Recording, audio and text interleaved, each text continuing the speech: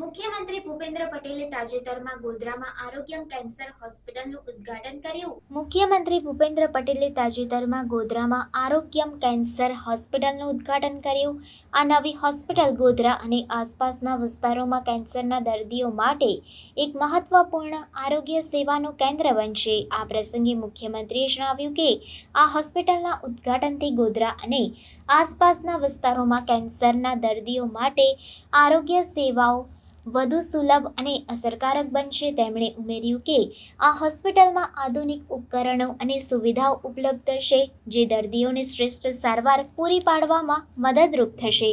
Arogyam cancer હોસ્પિટલમાં વિવિધ પ્રકારની કેન્સર સારવાર ઉપલબ્ધ છે, જેમ કે કીમોથેરાપી, રેડિયોથેરાપી, સર્જરી અને પેલિયેટિવ કેર.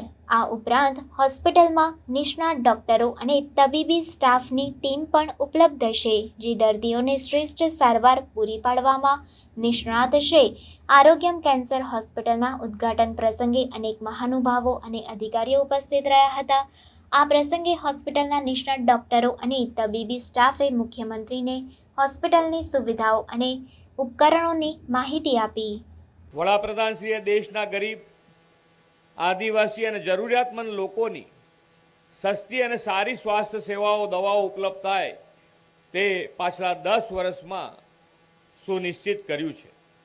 શ્રી નરેન્દ્રભાઈ જાહેર જીવનમાં હંમેશા આરોગ્ય વિષયક બાબતોના બારીકાઈથી અભ્યાસ કરીને સ્વસ્થ સમાજના નિર્માણ માટે પ્રાથમિકતા આપીને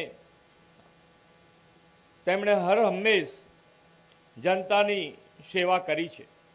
જો લોકોની સમસ્યા પારખવાની સમજ શક્તિ અને તેના નિવારણની ઈચ્છા શક્તિ હોય તો પાયાના સ્તરથી જ કેવા આરોગ્ય હિતકારી કામો થઈ શકે તેનું ઉત્તમ ઉદાહરણ શ્રી મોદી સાહેબે પૂરું પાડ્યું છે.